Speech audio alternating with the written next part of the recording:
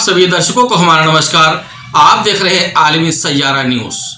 दिन भर की खबरों के साथ बने रहिए। भारत में मुसलमानों के साथ कथित गैर बराबरी को लेकर संयुक्त अरब अमीरात के सोशल मीडिया पर चल रही चर्चा के बीच भारत के केंद्रीय अल्पसंख्यक कार्य मंत्री मुख्तार अब्बास नकवी का एक बड़ा बयान आया है। नकवी ने कहा है कि मुसलमानों के लिए भारत स्वर्ग जैसा है, जहां उनके अधिकार सुरक्षित हैं। साथ ही उन्होंने कहा है, सेक्युलरिज्म और सौहार्द भारत और भारतवासियों के लिए पॉलिटिकल फैशन नहीं बल्कि परफेक्ट पैशन है, यानी एक जुनून है, जज्बा है। नकवी से पहले यूएई में भारत के राजदूत पवन कपूर ने एक ट्वीट में लिखा था कि भारत और यूएई किसी भी आधार पर भेदभाव नहीं करने का विचार साझा करते हैं। भेदभाव हमारे नैतिक ढांचे और कानून व्यवस्था के खिलाफ है। यूएई में मौजूद भारतीय हमेशा इस बात को याद रखें। कपूर से पहले भारत के प्रधानमंत्री नरेंद्र मोदी ने एक ट्वीट में लिखा था कि कोविड-19 हमला करने से पहले नस्ल, धर्म, रंग, जाति, वंश, भाषा या सीमा नहीं देखता। इसलिए अपने आचरण में एकता और भाईचारे का जरूर ध्यान रखें। बार बार एक ही बात समझाई जा रही है कि जिस समय पूरी दुनिया एक भयंकर महामारी से लड़ रही है, तब धार्मिक आधार पर भेदभाव पैदा कर समाज में बैर बढ़ाने के अपने खतरे हो सकते हैं।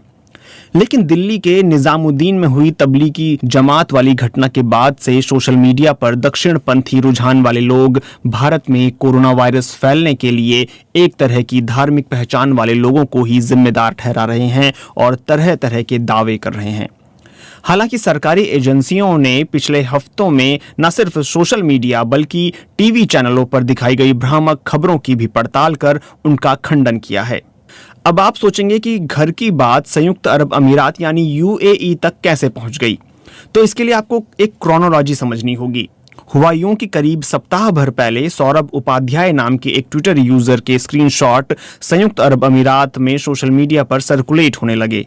सौरभ उपाध्याय के ट्विटर प्रोफाइल के अनुसार, जो कि अब बंद हो चुकी है, वे एक पॉलिटिकल कैंपेन मैनेजर हैं और उनकी लोकेशन दुबई बताई गई थी।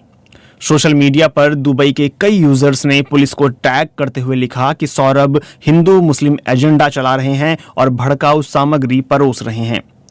इस क्रम में यूएई में रह रहे कुछ अन्य भारतीयों की भी ट्विटर के जरिए पुलिस से शिकायत की गई, जो भारत में कोरोना वायरस फैलने की वजह मुसलमानों को मानकर अपनी भड़ास निकाल रहे थे। इसी दौरान सौरभ ने एक ट्वीट किया जिसका स्क्रीनशॉट सोशल मीडिया पर शेयर भी हो रहा है, जिसमें लिखा है, मध्य पूर्व के देश जो कुछ भी हैं वो हम भारतीयों की वजह से हैं, जिसमें 80% हिंदू हैं।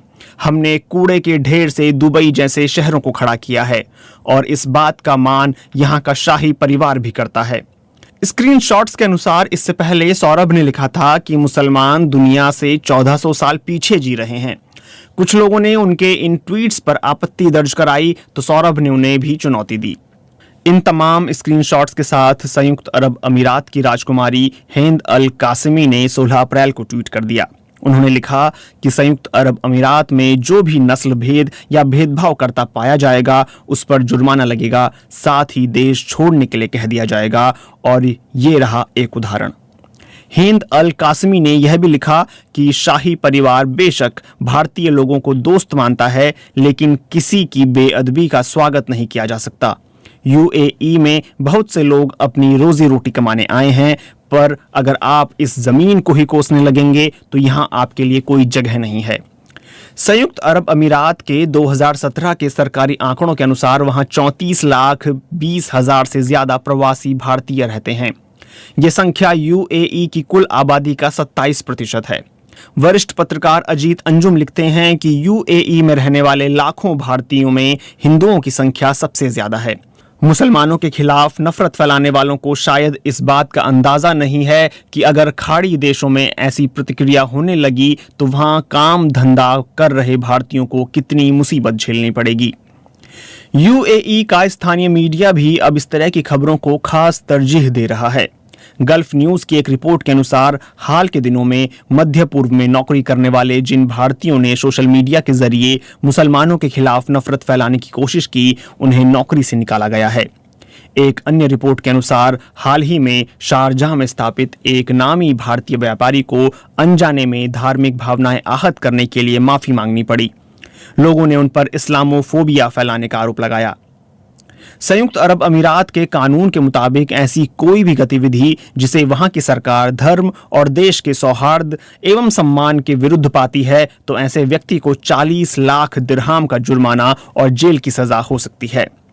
हेट स्पीच के मामले में एक शख्स को सजा दिए जाने की राजकुमारी हिंद अल कासिमी ने पुष्टि की है। उन्होंने लिखा है, सोशल मीडिया पर भड़काऊ बयानबाजी करने के मामले में केरल के एक व्यापारी को तो माफ कर दिया गया, पर एक अन्य शख्स को जेल में सजा हुई है।